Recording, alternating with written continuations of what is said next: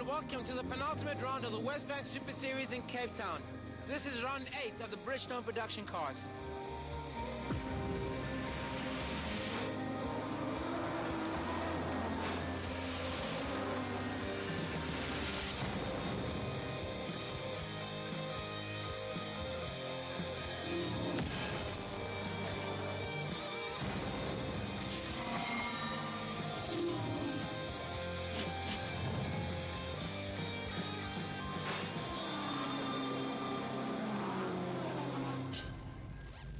Last time we were in Cape Town, it was round number 2, which saw the global launch of the new F30 BMW. But Michael Stevens' Audi has been a thorn in their side all year long. This is the Bridgestone Production Car Championship, round number 8.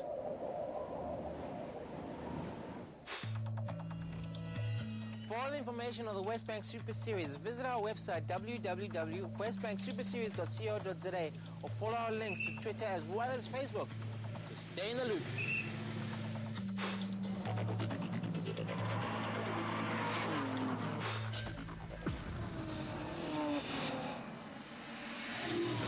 Ever improving and in the Pertec BMW, Darren Lobb was in 5th place in qualifying, going really well, just behind the second of the Atrox BMWs of Van der Linde. Taylor, his teammate, was having problems, but no problem for Melville Priest, who managed to get up onto the second row. It was Henny Groenewald and Michael Steven who were at the front end of the field. So let's get confirmation of qualifying. Front row, Michael Steven alongside Henny Groenewald. Good effort from Melville Priest and Etienne van der Linde to make it onto the second row. Then the two Pertec BMWs, Darren Lobb and Johan Ferree. Pushing hard from behind will be Anthony Taylor and Chop Sapuka, who both go well here in Cape Town. Then Gennaro Bonifay, a new Audi, and then Richard Pinnard in the other Subaru. Pole position goes to a very, very happy Michael Steven. Well done in the Audi S4, Team Engine Extreme. Before we talk about your accolades on that and a championship march once again, a nasty scare for you, your family and the team. What happened? Yeah, well, firstly, great qualifying session now. But on Wednesday we had a bit of a scare.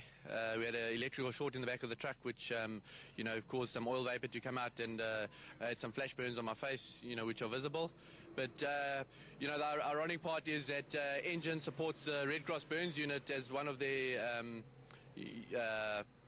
donations that they make too, and we were supposed to visit them on Thursday, and this happened on Wednesday. So I was there yesterday, and I visited them, and they checked me out. They did a fantastic job. Everything's under control. I'm in good hands, and they say 10 to 14 days, and I'll have full recovery. Big thanks to all that have been involved, especially my wife, my family, for treating me and putting up with my nonsense the last couple of days. But, we're ready to go race. Not the quickest, mind you, but in terms of the championship, a mathematical chance, it's very close. 24 points, a bit of a long gap, though, but you're probably going to go out there and do your best for you and the team. Yeah, I think happy to have the Cecil car in second position. Obviously, pole position would be key, getting away off the line, yeah. Problematic, I think, is that Michael's the one ahead. We wanted him behind. But really a good mix, and I think, the opportunities here today, the cars are really close. The mix, I think there's 0.3 between the top 6. So it should be a really good, interesting race.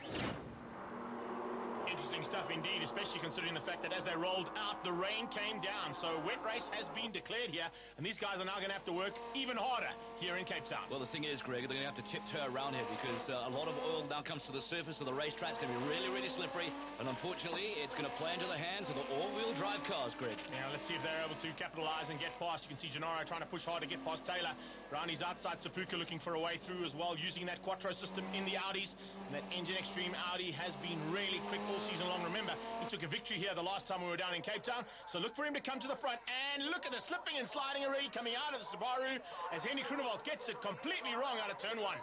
I was chatting to Melville Priest, who you see on the outside right now, having a little dice with Henny Groenewald, and lots of lines, different lines, and they'll be looking for a dry patch on this racetrack. Can you see a dry patch out there? Not right now, but as this race continues, the rain will probably ease off because it's just a big downpour here and kind of indicative of how things work in Cape Town. Look at that, all of a sudden you've got Modak up there too, getting past the rear-wheel drive. So as we said earlier on in the race, it's all about four-wheel drive at the front end, and ailing Johan Ferree on the outside there. Looks like he's got problems early on, and Chop Sapuka sneaks up, going into Malmesbury. Not a lot of people have got what it takes to go through on the inside of Malmesbury. Wow, he breezed past those two BMWs as if they were standing still at the moment, and also a particularly different line. Now, what I have noticed about this racetrack, there are different lines that you can take.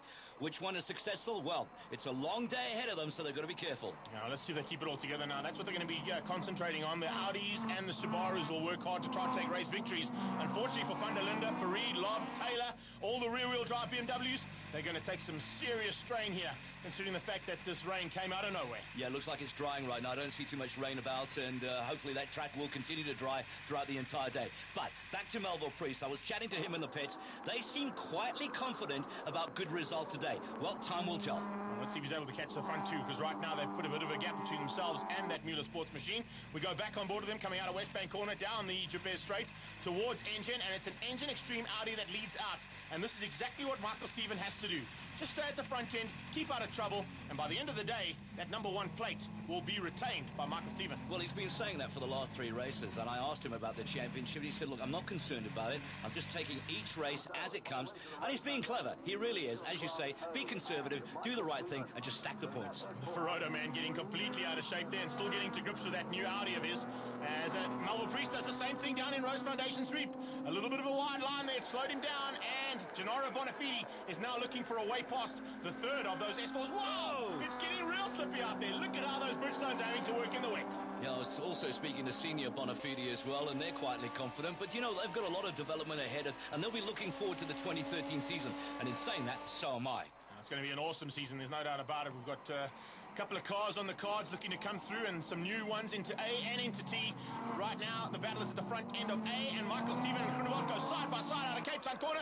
Look at the grunt on that Subaru. He gets past, and it is the lead for Henny G. Yeah, fantastic stuff. And as I said, particularly on that corner, there are 2 lines, and Henny chose to go up the top and get that whole shot out, and he really, with the grunt that he has in that car as well, looked like Stephen was actually standing still. I think Michael Stephen might have just given him a little bit of extra room there. He realizes that he's fighting for the war here, not for the battle here today in race 1. He's looking at the overall championship. Look in the background, though. The sky is clearing, and I think we're going to get dry conditions as this race continues. All right, 7 of 8 with 1 to go, and it is the penultimate round of the Bridgestone Production Car Championship with everything to play for, not just in this class, but in the other class as well. But right now, Henny G in the Subaru is leading out Michael Stephen. Priest is all over Stephen at the moment.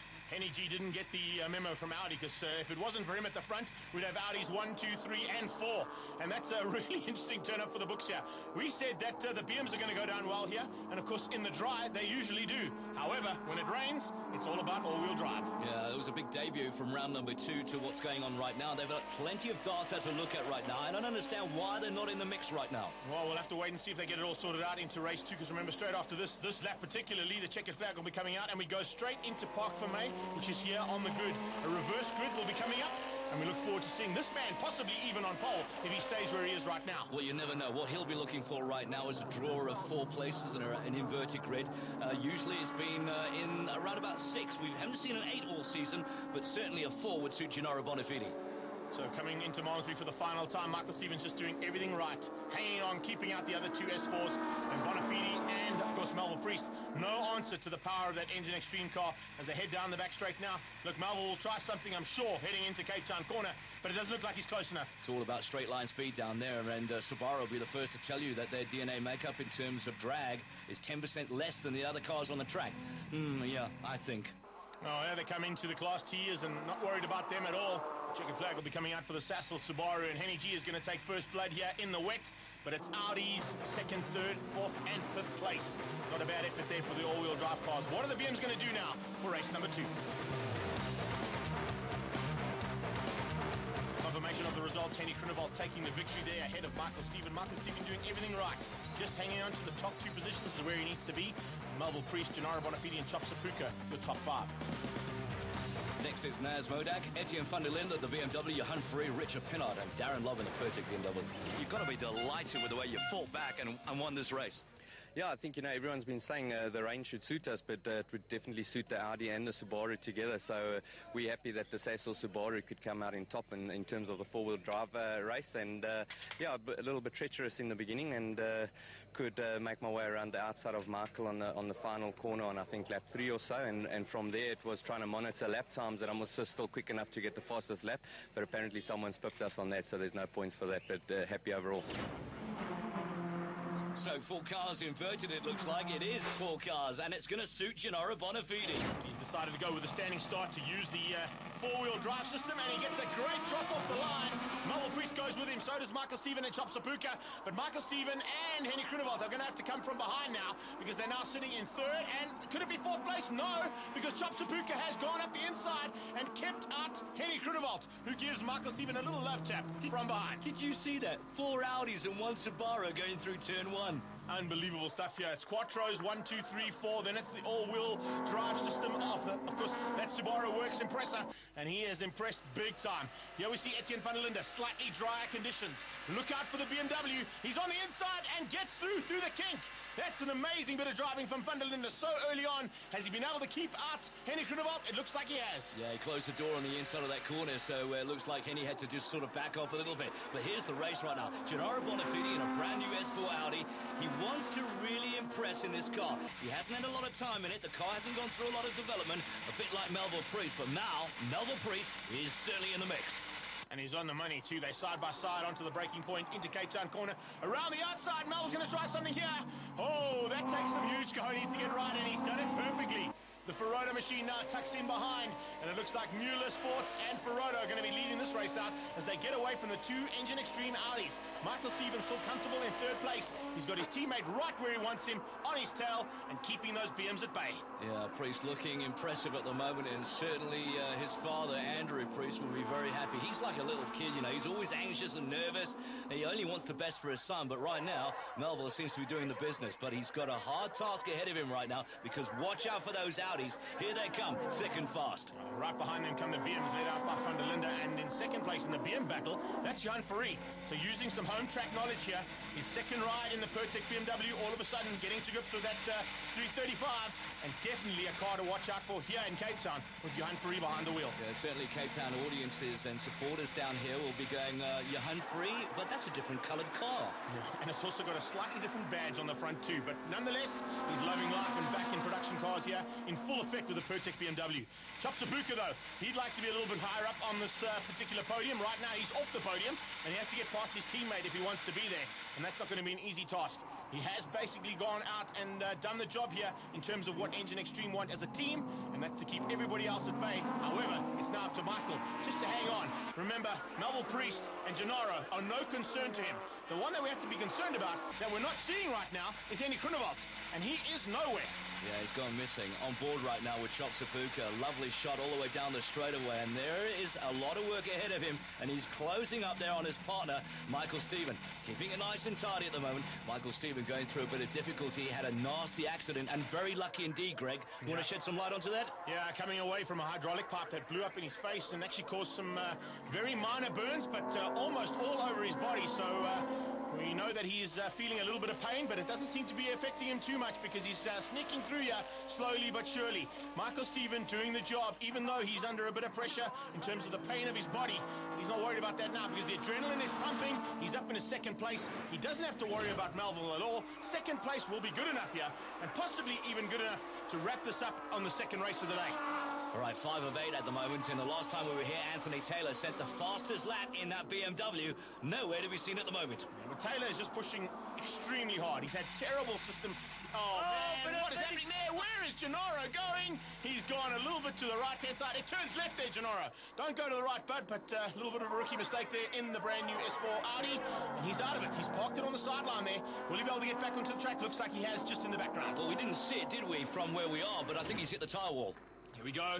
On board here, just runs wide onto the grass. As soon as you're on that grass, because of all the rain we had yesterday, yeah, that's what's going to happen. And look at all the water inside those tyres.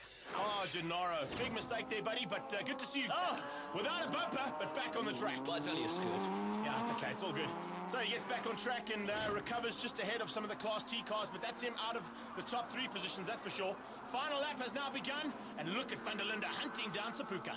Yeah, he's been ominous all season, and they'll be disappointed right now with what's going on because they were, as you said in round 2, very competitive. But Priest is driving the lights out of this Audi and is looking good. He certainly is. It's a good effort here from Melville Priest to keep out Michael Steven and also keep out Chop Sapuka. Sapuka's having to work double time now. He realizes that he'd love to make it an Audi 1, 2, 3. It's on the cards right now. It was close to a 1, 2, 3, 4 in the first race, but now, of course, they've got to try and find a way past the Mueller Sport Audi. They come up on the back end, and it looks like the Jar Bunny GTI is going to be under some pressure here from these two Audis. I've noticed a couple of lines, particularly on this Malmesbury corner as well. A lot of the Audis, they drift really wide because they can, and they get the power down. A lot of the other cars pick the inside line and maybe don't get enough drive, but the way that they really slide these Audis is so impressive. Down the back straight, Melville Priest going into the very last corner at the moment, and it's all his to lose, but Michael Stephen will be certainly happy with the second place. Second place is more than enough for Michael Stephen. He realizes that the pit board told him that Henny Groenewald is out, so his championship is just getting closer and closer. I think by now he's probably got the right hand on the trophy. Well done, Melville Priest. His debut win in the Öhlins Müller-sponsored S4 Audi. Brilliant bit of stuff there from Melville. Very happy man behind the wheel. You can see him shaking that car across the line, and very happy about the result, that is for sure. Out front, it is all about the Mueller and Öhlins machine. He wins out ahead of Michael Stephen. As we said, Michael Stephen will be very happy with second place. It's all he really needed, considering the fact that Henny Groenewald wasn't there. Third place goes to his teammate, who kept everybody else at bay and did the team job. Etienne van der Linde and Farid, 2 BMs in 4 and 5. Then, of course, Darren Lobb and the other Pertec BMW, Modek, and then Bonafide put it into the wall, Mayer, and then Pinard. Melville Priest, you and your team and family and friends to support, and the team and the mechanics must be delighted. Yeah, emotions are running high in the team now. It's excellent, you know. I'm so happy.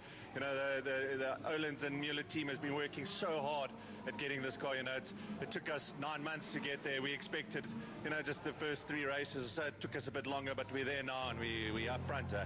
So the Öhlins Müller-backed Priest S4 Audi steps up with championship hopeful Stephen.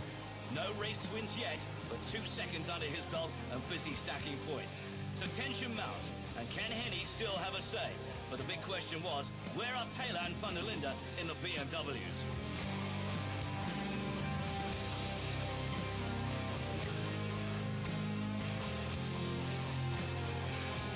But as always, let's go behind the scenes for an in-depth look at the race psyche, the man, the motivation, desire, the hunger, and a former champion, a top driver for a top team. It's one-on-one with Anthony Taylor.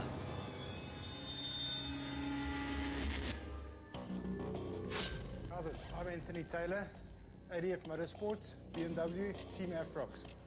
Coming to Killarney, it's a very tight round of the championship. We're only 24 points behind Michael Stephen, and there's a possible 48 up for grabs for the weekend. Yeah, rivals. I think the biggest rival is myself. You know, you're always trying to better yourself, but the competitors that we compete against are also very good. You know, Michael Stephen's very good, Henny's good, Etienne, you know, Johan Farid's also there. So, you know, everyone that's racing in Class A production cars currently is world class.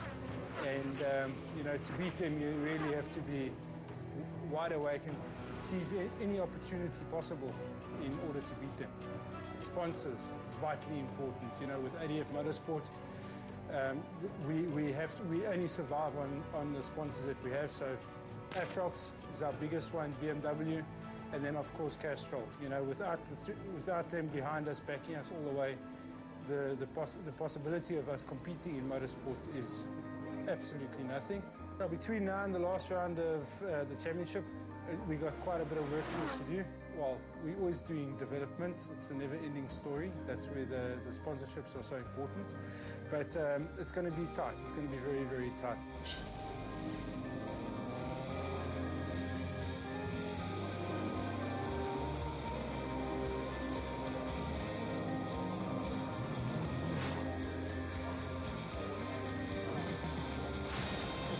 Anthony Taylor has just said, we're about to see what's going to happen in the never-ending story and hopefully get it all sorted out here. Michael Stephen taking a victory will seal the deal and give him the 2012 championship. Can he go out and win it? We'll have to wait and see. Double championship. That's nice having on your CV, isn't it? Nothing wrong with that. And back-to-back ones is always a great one because it's, as they always say, it's easy to win the championship. To retain it is the more difficult thing. Everybody fired up and ready to go now for race 3, the theme piece. Double points up for grabs. And, of course, a slightly longer version. Rolling start this time around, so Michael Stephen is going to be pulling all the punches. He will control it coming down the straight line. Vic Sorensen, the controller of the series, and this is where it's at. All the money and the fans have turned out. Big time he gets on it and leads him out into the first corner, but not to be outdone. Melville Priest just on the outside. Watch this line through here. Really impressive. There's Chop Sapuka. There is Van der Linde, the first of the BMWs. Already there's a bit of argy-bargy going on, Greg. Yeah, you can see that Faree getting real close to Gennaro Bonafide as they came out of Westbank corner. Now down to Engine corner, and it's Engine's one end. Whoa, hello! Van der Linde finding a special line up the inside of Engine and taking Sapuka out. Wow, Sapuka had to take evasive action. He managed to stay on the track. Van der Linde's got some problems. Sapuka's got problems. There's a BM and an Audi already out of turn 2. All right, that's Henny Groenewald in the mix as well. Here comes Darren Lobb as well in the Pertec BMW. So thieves, let's have a replay of that. Yeah, coming into Engine, there you can see Van der Linde just picking the wrong line. Whoa. Comes together with Sapuka. Sapuka looks across and goes, where did he come from? There's no line there. He was on the grass. Anyway, the two of them, here he come. Just getting the wheels on the grass, trying to avoid. The back end of the BM steps up. That's broken the suspension, I'm sure. And Sapuka's car under some pretty hectic damage too. As they head down now, the back straightaway for the first time. It's Johan Faree on Henny Groenewald. The front two Audis have disappeared, but it's all-wheel drives 1, 2, and 3 again. And the first of the BMs is not an Afrox-sponsored one. It's the Pertec one. Really good start there. I've got to tell you, Chop Sapuka's have every right to ask him questions about that incident as well. Anthony Taylor had a dismal weekend, but he's looking to improve here in race number 3. Remember, it's double points up for grabs here, and he's not too far off his BMW stablemate there, but he's got to get past the Subaru, and that Subaru also looking to improve. Considering the fact that he won the first race, didn't finish the second race, it's been an up-and-down season all season long for that Subaru team. Wow, look at the pressure that Melville Priest is bringing on. Finally, it looks like they've got that car hooked up at the moment and on pace and on par with Michael Stephen. But still, he'll want to keep it ahead of them. He doesn't want to get into any argy-bargy. And Melville Priest is the consummate professional. He's not going to do anything stupid either. Well, Taylor's done everything right there and got past the second of the BM. So it looks like it's now Afrox BMW who have moved up into the 4th place on the road. We go on board now with Melville Priest behind Michael Stephen. He's going to be comfortable to sit there for a while, but I think he'll hold those cards close to his chest until it gets a little bit later in the race and then try something to spoil the day for Michael Stephen and make it go down to Kyle Army. Well, Melville Priest is having a really outstanding day so far and picked up a race win already and certainly in the points at the moment. Oh, look at this little dice right now. It's Anthony Taylor starting to come into the mix and the car's starting to look really good. Well, looking down that straightaway, there's another 2 cars missing from that group too. That's Gennaro Bonafide's Ferrodo Audi and Nias Modak's EPS Audi A4. So the 2 of them must have been involved in that lap 1 incident and have been forced out of the race too. So there's 3 Audis and a BMW all out of race number 3. Yeah, so we've lost a few cars out there, but the TV shots look like it's a really close field, and it is at the front end. Yeah, look at that. Taylor putting the pressure onto Groenewald. Groenewald having to keep 3 BMWs at bay. Probably looking around going, where's Pinot? I need some help up here. Coming into the Class D cars now, we're at lap 9 of 12, and it's still all about Michael Stephen. He's done everything right, but look at where Taylor is. Taylor's up to 3rd, and he's looking for a way through. Stephen is not too happy about Melville Priest's intentions there. I think he might have got a little rub from Priest as they came out of Cape Town, but it might also be just the frustration of trying to get past some of the back markers. Well, they've already hit into the back end of the Class D at the moment. Abraham Levy in that Jive GTI really just going around slowly, but he got out of the way big time. Yeah, they come down towards Jacques Joubert. The Stiglet is now the next man up for a shave when it comes to getting through the back markers. And Michael Stephen is hanging on for dear life. The pressure is being put on big time here by Melville. Does Anthony Taylor look like that car is going quicker? Whatever he's done to sort it out, they've done the right thing, that's for sure. Look at that! On the inside, had a big look, but couldn't find a way through. Melville has just kept that door firmly shut. And he has to, because the way things are going right now, that Afrox BMW has just set the fastest lap around Killarney for a production car. He's beaten his own lap record by nearly 0.6 of a second. So Taylor on a charge here in the final lap. So Michael Stephen is going to be extremely happy, and I think this might be enough to actually wrap this championship up. As he comes across the line, the win was good enough, and he has got this done and dusted. He's going to come across the line to take the checkered flag. He's just not going to pip Lee Thompson, or maybe Lee will just back out of it. Good move there from Lee Thompson. But it is Michael Stephen, back-to-back South African Production Car Championships. That A1 will remain at the Engine Extreme team. So confirmation of those results. And the new champion, Michael Stephen. Melville Priest in second, Anthony Taylor, Johan Faree, and Darren Lobb in the BMW. So a little bit of work to do when we get back to Johannesburg, but a solid all-round performance for you and the team. Yeah, most definitely. You know, it was a great weekend. We came here for a solid points haul, and you know, some consistent results. We walked away with 2 seconds and a win in the future race. So we can't really ask for more. I don't know what the points tally is at the moment. If it's not wrapped up already, it's very close. And yeah, we'll go to Kyalami and hopefully we can clinch it there. A big thanks to the team, the sponsors, Engine, Sorgo's son, Terry Moss Racing, you know, and also my family, especially my wife Tracy. You know, she's put up with me the last couple of days with my burn injuries and that. So we look forward to Kyalami. Look forward to driving there again, and we'll see you there. 52-point buffer at the front end heading into the final round, so it's all to do for second place. Will Henny Groenewald be able to keep Taylor out? That's going to be one hell of a battle at Kyalami. So congratulations to our 2012 National Bridgestone Production Car Championship Class A, Michael Stephen, again, as Greg said, with number 1 on the car.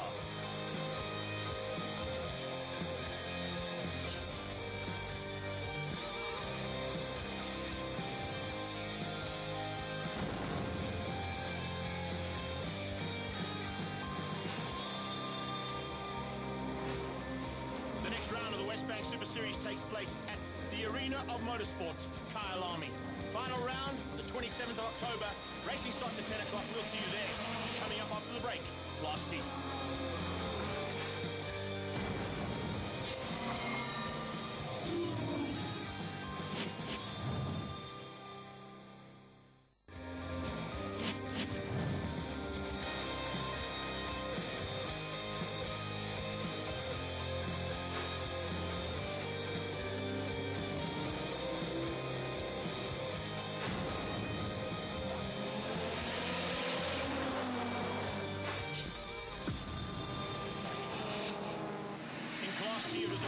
Improvements and consistency. Big improvements coming from the Class T Mini and Lee Thompson in 5th place.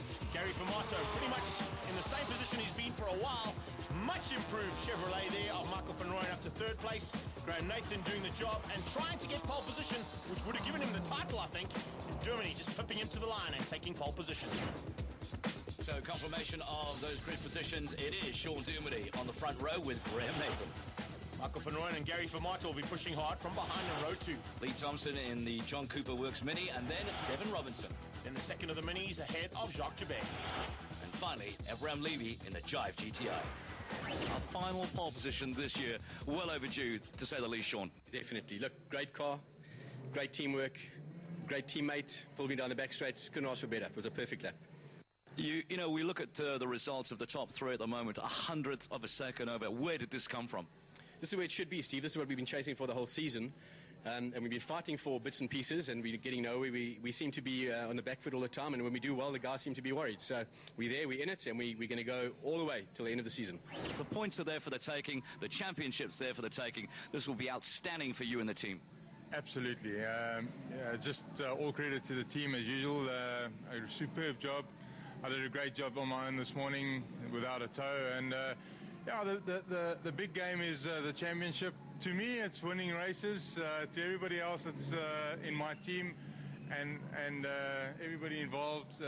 We're trying to get it to the end and do some really nice things for the sponsor, Indy Oil, and everybody else that supported me. But I want to go win, man. We're looking forward to seeing that happen, that's for sure, especially considering the fact that we have epic battles all season long amongst our Class T competitors. They're lined up and ready to go, and as we saw in Class A, the rain came down as they went out, so it should be fun and games for the front-wheel drives and these Force-inducted cars. Wow, I didn't realize it was coming down in sheets. You can visibly see it. It's really heavy rain, and a lot of these cars are front-wheel drives. They've got to be really careful. Dermody from Nathan into Westbank corner for lap 1, and Sean Dermody trying to keep Nathan from... whoa, sideways. As I said, he's trying very hard as they come down towards Engine now. It's Indy Oil Golf GTI 6 in between the two Fords, and Formato sneaks through. Graham doesn't have to worry too much about that. He wants to go out and win. Maybe he's going to hang back a little bit now and just see what happens in these conditions. Well, you say he wants to go and win, and I did a little bit of homework on some stats in terms of Nathan's rounds this year, and he only won his first race after the 4th round, which was on May the 26th at Swartzkopf. So out of a possible 24 races, he's only won 5. Now, consistency, that's what it's all about. He's been at the front end almost every single time, and that's what you need to win championships. He knows how to do it. That's why he's got the 21 car on his plate at the moment, and he's looking to get another #1 plate for 2012. We're on board here with Lee Thompson behind the big boss, Renaud Megane, and that's also just improving every single time Devin gets behind the wheel. Yeah, I totally agree with you as well. You know, he's got a really good season ahead of him for 2013 as well. But what they've done on that car right now, it physically looks very quick. And there's a good possibility that we're going to have a couple more Chevrolet Cruisers as he goes up on the inside of Michael van Rooyen, and a couple more of those Renault Meganes for 2013. So stand by for action. Okay, question for you. If we've got all these cars coming in, where are we going to be finding the drivers? Oh, top secret stuff, mate. Top secret stuff. It's that time of the season. We might be able to tell you about Kyle Army. Otherwise, you know, it's one of those top secret things. We could tell you, but then we'd have to kill you. Yeah, well, you don't want to do that. I look terrible dead. Side by side, though, the Renault and the Chevy coming out of Westbank Corner with Thompson on their tail. And it's going to be I don't even know who to put money on here, because wet weather driving and front-wheel drives with force-inducted engines, not an easy thing to do at all. Well, you know, do you think that in Gary Famada's mindset, I mean, really at the end of the day, the championship for me is done and dusted for Graham Nathan. And it will all be about playing the team orders here and hopefully getting Dumini up as many points they actually secure third in the championship, possibly. That's exactly what they're going to be trying to do, but Graham Nathan's got other things up his sleeve. So is Michael van Rooyen. Michael van Rooyen going on the inside of Graham into engine. The two of them getting real close. Oh, van Rooyen taps him. Little tap there, but I think it was just because he ran out of brakes and there wasn't enough surface, or hard enough surface. The slippery stuff got to van Rooyen, and a little tag between the Chevy and the GTI. So, argy-bargy, well, we can put that down to the weather at the moment, but still on the pace is Sean Dumini, and nice to see him finally set some really good times, and about time for the Ford. Of course, they do have straight-line speed going down towards Cape Town Corner. Retribution being delivered here by Mr. Nathan as he sneaks back ahead of Michael van Rooyen. The Rustenburg Rocket, unfortunately, just not having what it takes into Malmesbury. Nathan comes up. Dumini seems to be slowing slightly. Nathan pulls alongside, and he's going for second place. He's going to have the drive down into Cape Town. He's definitely got the line. And if he gets on the brakes quick enough or late enough, he might be able to keep Dumini out. But look at that. Dumini pulls alongside him. The drive on that Ford down the back straight is phenomenal. And they go side by side into Cape Town. Sean Dumini has to back out now and just hopefully keep the Chevy at bay. And he does as Lee Thompson runs wide again. I thought Graham Nathan's timing on that was absolutely exquisite, because he got the better drive, as you said, out of the corner. But he stuck in close to Sean Dumini, got the toe a little bit, sprang out and beat him to the corner. Well, here we go on board with Sean Dumini now. Just slight adjustments there as he goes over the line, and he tries to keep the Chevy Cruise out. On his inside, though, Lee Thompson's got other ideas and sneaks through in the Castrol Mini. So there's an epic battle here. It's so good to see. You got Ford, you got Mini, you got Chevy, you got Renault and Volkswagen all involved. 5 manufacturers and wing mirror to wing mirror action. Yeah, it's impressive as well. We'd love to see more. Some of those manufacturers are conspicuous by their absence, but this is a great start. And this bodes well also. We hear of a new car coming for the Fords, possibly. They are looking a bit tired, maybe. Well, we'll wait and see what happens here. Dumini seems to be pretty happy in his one. He was on pole, but he's now lost 4 positions. He's trying to keep the Renault out of Devin Robertson. Devin Robertson looking for a way through into Rose Foundation sweep. Oh, it's getting tight between these guys. Michael van, look at how he's having to battle that wheel. Yeah. The front wheel drive and the extra power of that Ford really just hassling him and not able to get it onto the black stuff because of the slippery conditions. Down the Megane. Whoa, look at Van Rooyen sideways. Michael van Rooyen, the Rustenburg Rocket, is going the wrong way in Malmesbury. So 7 to 8, but we did say the Megane looking really good, getting the power down, and it must be really difficult for them, really, the front wheel drive in these rainy, wet conditions, trying to just judge the power. When do I get it down, and how much do I get it down? Lee Thompson under attack now for second place on the road from Graham Nathan. It's slightly drier than what it was earlier on. When I say slightly, there's still some very slippery lines. And look at the slipping and sliding that's happening as the Renault Megane tries to sneak through. Big Boss Auto are giving it everything they can, and Devin Robertson is looking to get onto the podium again, and he's there. He's onto the podium. He's got past Thompson. Well done. Do you think they'll maybe bring out an off-road Mini? I don't know about that one, but there is one available. They run it, of course, in the Dakar, but right now, Thompson is all worried about the fact that Devin Robertson was able to sneak through on him. They're on the final lap now. Nathan seems to be slowing slightly, and you can see Devin Robertson and Lee Thompson are itching to pounce. Yeah, well, I don't think he's going to be much of a problem for him as well. But he's really cruising around here. I mean, we've seen some of the speed that he's developed on the back straight as well, and he really does get a good line out of Malmesbury. But really, for me, I mean, looking at this, Greg, he's in control. Look at Devon Robertson, though. Drives around the outside of that Indy Oil GTI, and Graham Nathan realizes that with Formato in first place, third place, and even, sorry, second place, but even third place will do. He doesn't have to go out and do damage to the car. He's going to want to be possibly on the front row if he gets all right with the redraw for the second race. And that's exactly what's going to happen with Formato winning out. Across the line they come. Second place is going to go to the Big Boss Auto, Renault Megane. That's the highest finish there for Devon Robertson. Yeah, and a coastal debut too at that. So confirmation of those results. It is Formato in the Ford STI Focus, Devon Robertson in the Megane, as Greg said, Graham Nathan, Lee Thompson, and Jacques Joubert in the GTI Golf 5. Sixth place going to Sean Duminy, eventually hanging on to that sixth place. Ibrahim Levy, and unfortunately Michael van Rooyen 20 seconds off. Making his coastal debut, Devon Robertson in the Renault Megane. You must be delighted. Yeah, it went absolutely awesome. It started drizzling on the grid. We thought we'd have a chance in the rain, and it paid off. Hey? Our car shows the pace in the rain. We finished second, got past Nathan on coming through Malmesbury. He got a little bit squiggly. We got the line past him, and that was it. It was an absolutely awesome race. Eh? So again, 4 cars inverted, and this is going to bring some really good drivers into the mix with a standing start. Standing start for front-wheel drives is not normally the ideal thing to happen, but there we go. Gary Formato seems to have got good drive, and so did Lee Thompson. He goes into the lead and takes the whole shot, or does he? No, the Ford sneaks through and gets ahead of Thompson into West Bank corner. Lee goes around the outside. Graham Nathan tries to go with Gary Formato. That's probably the better line to go with, and Duminy right on his tail now, looking to get ahead of that arch rival. Yeah, well, the conditions now have dried, so, oh, look at the ABS braking on Nathan's car again, going completely moggy. Well, Joubert is actually the second of the GTIs. I thought it was Nathan, but he snuck through there, and the Stiglet is up to 4th place, and he's kept Duminy behind him. That's going to help Graham Nathan out a huge amount, considering the fact that he's playing the percentage game and not trying to get involved in any of the argy-bargy that usually happens in Class T. He will try and take victories where he can, but second and thirds for today will be good enough. Yeah, he won't even mind if Formato just picked up a whole round of full points here, because he knows with 1 round to go, he's done the business throughout the entire season. And you mentioned it earlier on, consistency. Yeah, 100%. So third place is good enough right now. Let's see what happens, because there's still a couple of laps to go here. And with Lee Thompson involved and looking for another victory for the Castrol Mini team, I think Formato might have his work cut out for him. Although, as I say that, Graham Nathan just gets brilliant drive coming out of Cape Town, slots through into second place, and Thompson running wide, opened up the door and gave his good mate a chance to sneak through. If we have to look back at the season of 2012, I mean, the surprise package for me was obviously the new debut of the Minis coming through, and it was impressive as well. A little bit of development, Gavin Cronje, Lee Thompson.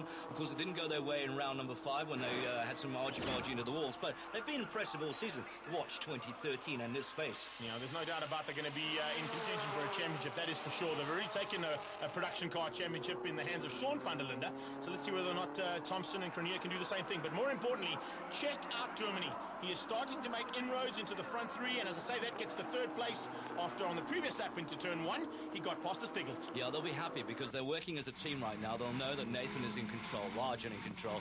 It's important for Duminy. He'll really want to end this championship as high as he possibly can, about as high as 3rd possibly. Well, that's a good possibility because that's exactly what Ford are now aiming for. They'd like to make it 2 and 3, considering they might not be able to catch Graham Nathan. But as I say that, Nathan is all of a sudden gone on the attack. He wants past Formato, and there's a possibility he wants to take the second race victory. All right, Duminy on a charge, but he's got Lee Thompson all over him at the moment, and Duminy's not going to want to give this up because points right now, absolutely vital. Although this is only the second race and it counts 10, we've got a big race coming up the theme piece, 20 points. Can you believe the action here? Coming down to Cape Town corner, we're at the halfway mark of race 2, and Duminy is now in the mix. It's 2 Fords and the Indy Oil GTI 6 of Graham. Oh, here we go. Side by side, little touch between the two of them. Nathan gets good drive, though, and I think Formato might have been outgunned. Oh, he's yes, still he there. has. No, he's not. Still there. He's still there. Can you believe that? Under the new bridge. This is awesome stuff. Indy Oil GTI side by side versus the Castrol Ford, and hard on the brakes. Can he do it around the outside? No, he can't, because Formato's keeping him even. That is 4 corners they've gone through side by side. That is awesome stuff. Nathan's got the better line into engine corner. Let's see if he's able to keep it right and get into engine corner. They're still side by side, and here comes, oh, Dermody's going to go and make it 3 by 3. Oh, he had a big look, but Nathan able to keep him out and takes Formato. So this is what it's all about in production cars. Thompson being pushed wide by Dermody on the outside of there. Very, very dodgy place to go wide. You don't want to go wide there. Especially with the wetness on the outside of the circuit. Don't get onto the green stuff today. You're going to end up in a quagmire. Out of the Rose Foundation sweep now. And Gary Formato's got it all to do now. 7 to 8, and I just love this class. Exceptional drivers and big names and big cars. Have a look at this, though. Here comes the team game being played here. Gary Formato realizes that there's a possibility with Sean Dermody getting second, he can move up higher up in the championship and go for that 2 and 3 that Ford are looking for. So what Sean Dermody's done all season long in helping Gary, Gary's now returning the favor and saying, right, Sean, go up there and see if you can take on Graham Nathan. Reciprocating. That's exactly it. Out of engine corner now. It's awesome dice that we've seen all season long. The Fords versus the Volkswagens. And man, we are looking so forward to 2013, where the mini of Lee Thompson and Gavin Cronier, the Renault, of course, will be there too. And we look forward to the Chevys coming to play too. Nathan, pulchritudinous, a thing of beauty. Yeah, coming down into the braking markers now for the final time into Cape Town corner. Graham Nathan out of Cape Town is going to be untouchable. He will take race 2's victory. Sean Dermody is going to finish up in second. Gary Formato playing the team game there, no doubt about it. Keeping Lee Thompson behind him and allowing his teammate to score some valuable second-place points. Outstanding. Well done, Graham Nathan. Well done, Sean Dermody, and well done, Gary Formato. Exceptional racing. Confirmation there. Formato finishing up in third place behind Graham Nathan and Sean Dermody, his teammate. Great drive down in fourth place from Lee Thompson to stay with those guys and finish that race in fourth. Devin Robertson eventually in fifth in the Big Boss Auto Renault. Then Michael van Rooyen, and then Jacques Joubert, and Evram Levy, Cape Town boy in the Jive GTI. Outstanding stuff from Graham Nathan. The usual protagonists were there in the mix, but you came out on top. Well done. Oh, it was just an awesome race. In the first race, it was rainy. Gary got past and he got away with Sean doing the job for Ford Racing. He blocked me so that Gary could get away. Great job by Sean. But eventually when I got through and on the reverse grid, I put my head down. Got a great start eventually and got through, got past Gary and just did all the business. The Golf GTI, the Sintra Golf, just did exactly what it needed to do, and out in front we went. So it's a case of possibly first or second to wrap up the title there for Graham Nathan. Anything lower down will make it go to Kyle Army. So he's got some work to do now, but he looks like he's fired up here today. So Michael van Rooyen, the day not going all his own way, and Devin Robertson will be ecstatic. And what a result for Sean Dermody today as well so far. Gary Formato, well, I think possibly too much, a road too far. Yeah, it's unfortunate, but let's go and find out from Gary Formato how his season's been and what he's looking forward to in 2013. All right, so we're coming to the penultimate round of the championship this year at Killarney. It's always been a good venue for us, being Team Ford Racing. We've had some good results here. The car's been pretty quick here. The last time out, Graham was extremely fast, and we certainly know what we need to do to beat him here this weekend. I just hope we've done enough. The team has worked very hard, as they normally do, and we believe we've found some straight line speed, which is what you really need at Killarney. So, we'll be going out for a win this weekend. It's all we can do at this point in time, because the championship is looking slim. But, you never know. It's never over till the fat lady sings. Yeah, this weekend, I think the competition is going to be tough. Of course, we've got the two minis in production cars now in Class T, which have been going very, very quick and going quick all the time. And then, of course, Graham Nathan, who's probably one of the toughest competitors out there at the moment. The VW Golf is a great car, and they do a great job preparing it as well. So we've got our work cut out for us. But, obviously we're confident in our own abilities and in our own team's efforts. So we certainly believe we can take the fight to them. Yeah, it's been a great couple of years that we've had with Ford Motor Company in running these STs. It's going to be, this is the last, second last race. We are running the current 2.5 model. Of course, next year we'll be using the new 2-litre ST. So, we certainly aim to end off on a high for them as well. The leader panel beaters, Castrol, have also been of great support to us this year. Yeah, well, basically, to win the championship, we are going to need a lot of luck. We were one event behind in reality. So it's really going to have to result in Graham, having bad luck, which obviously you don't wish on anybody. But, all we can do is go out and score the maximum amount of points possible that are available on the day, and, tally it up at the end of the season after the Kyle Army race.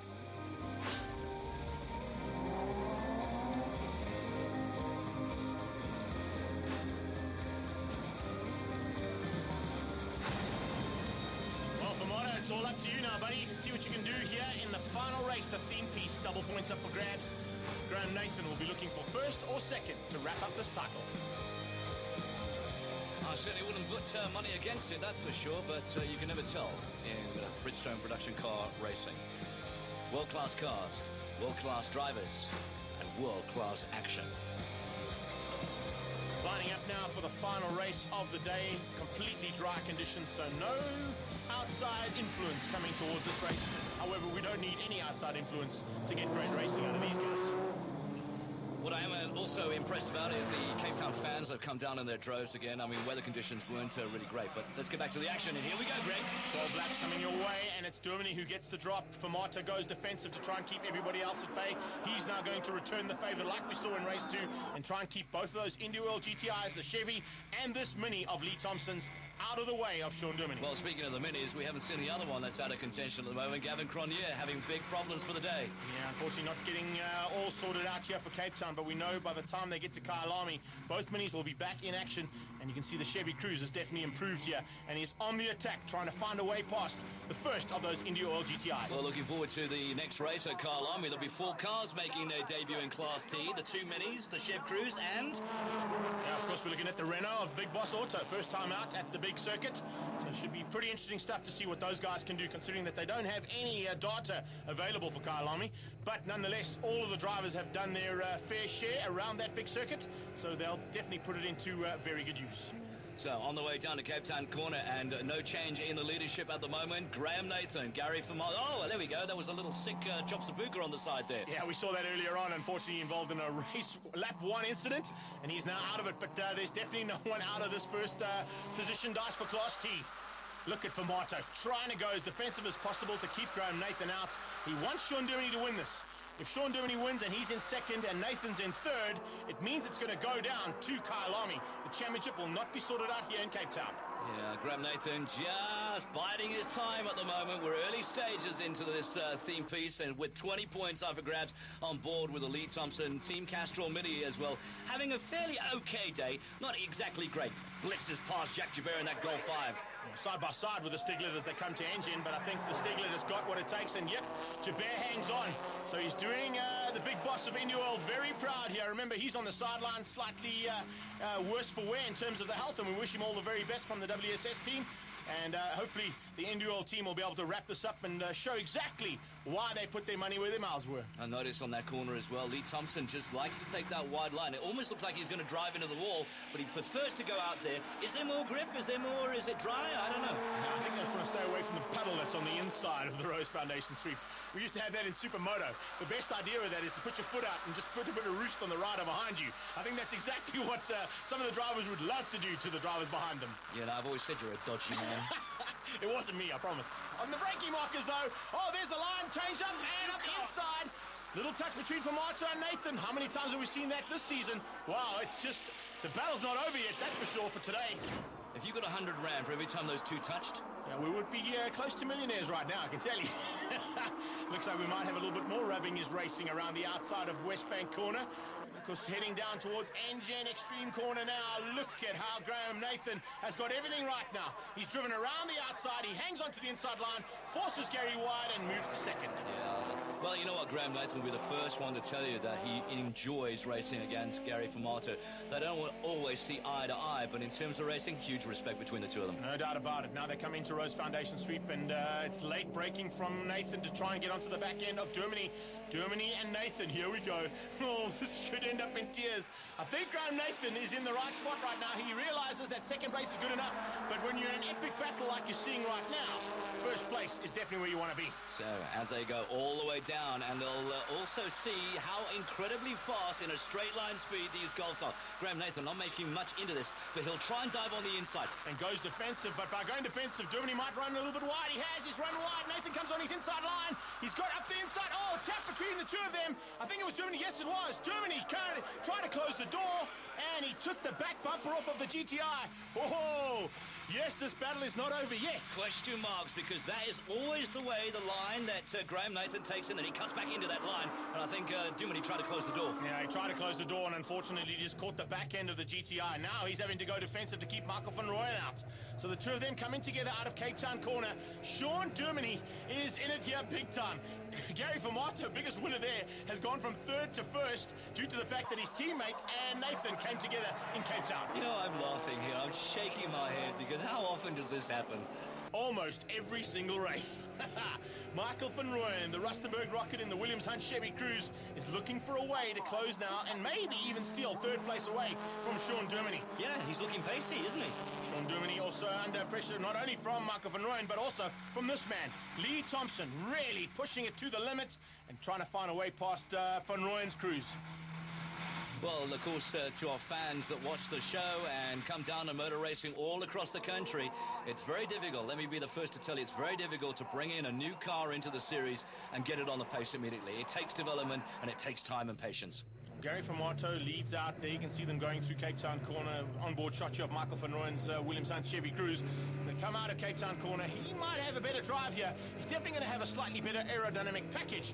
But as I say that, the Mini comes alongside him and gives him a good run for his money across the line. And Lee Thompson has found something special to come out of Cape Town and go around the outside. But here into West Bank corner, it's not going to be easy with Thompson unless he's late on the brakes, which he is. Can he hang on? Yes, he can. Wow, that's good.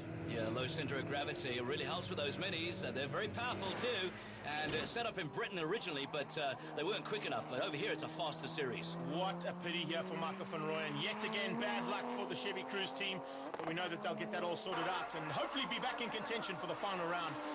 The last blood is available at Kyalami. Yeah, fortunate enough that he's able to park it in for Park for May as well. So the final lap, and Formato is doing the business again.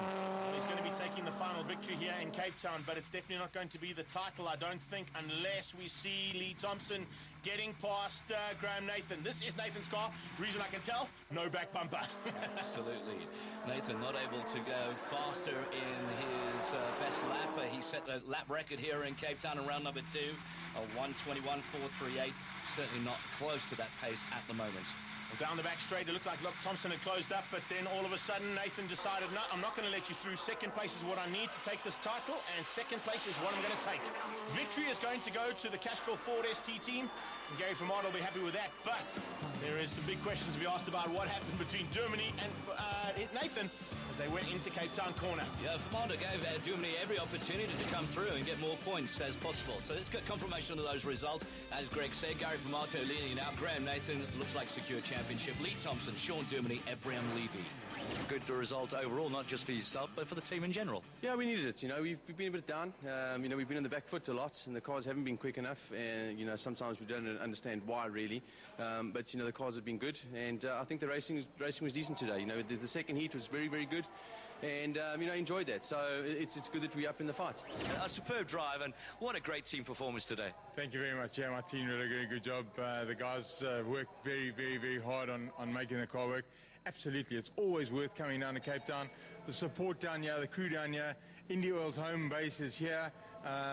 So, yeah, the Centro Golf just did the work perfectly again. Volkswagen Motorsport, Volkswagen South Africa, all a superb product. And yeah, it just keeps pumping out performance. A great job. I had a great race. I raced with Gary very nicely. Went up the inside of him, he went up the inside of me. We ride really hard together. Unfortunately, can't say the same about Sean.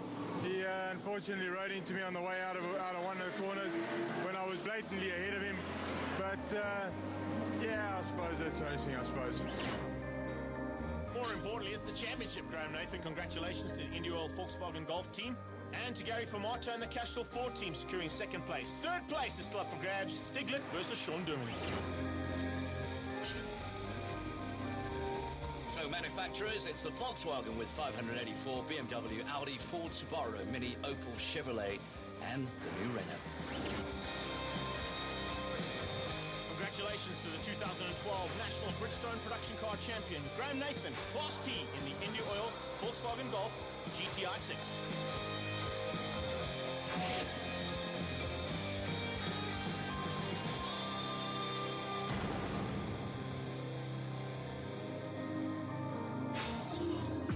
information on the Westbank Super Series, log on to westbanksuperseries.co.za and tag Facebook and Twitter.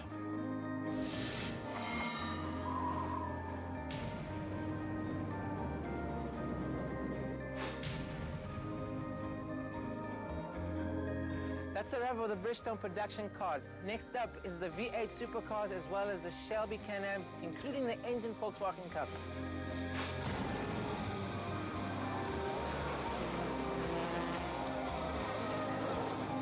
I'm Gugu. See you next time.